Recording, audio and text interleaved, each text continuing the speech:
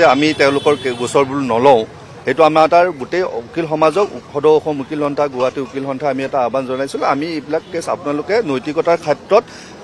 আপোনালোকে নল'ব বুলি এটা আহ্বান আছিলে সেই আহ্বানটোৰ ভিত্তিত আমাৰ এডভোকেটসকলে লোৱা নাই মই বাৰে বাৰে কৈছোঁ যে এই আহ্বানটো নাথাকিলেও অসমৰ এডভোকেটে সেই ধুৰন্ধৰ কেইটাৰ কাৰণে কেতিয়াও এইকেইটা কেছ ল'ব নাহে পইচা কেইটামান পইচাৰ কাৰণে জুবিনদাৰ লগত কোনেও কম্প্ৰমাইজ নকৰে সেইটো আই এম ডেম চিয়'ৰ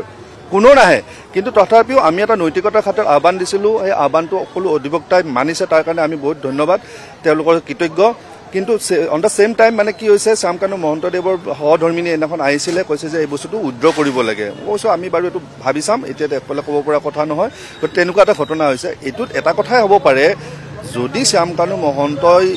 বিচৰা ধৰণৰ অধিবক্তা নাপায় তেতিয়া পিছত এপিলত গৈ সেইটো এটা তেওঁলোকে প্লি ল'ব পাৰে যে মই সময়ত ভাল এডভোকেট নাপালোঁ এনেকুৱা সংগঠনে হেৰি কৰি থকাৰ কাৰণে গতিকে এইবিলাক এছপেক্টটো চাব লাগিব সকলোৱে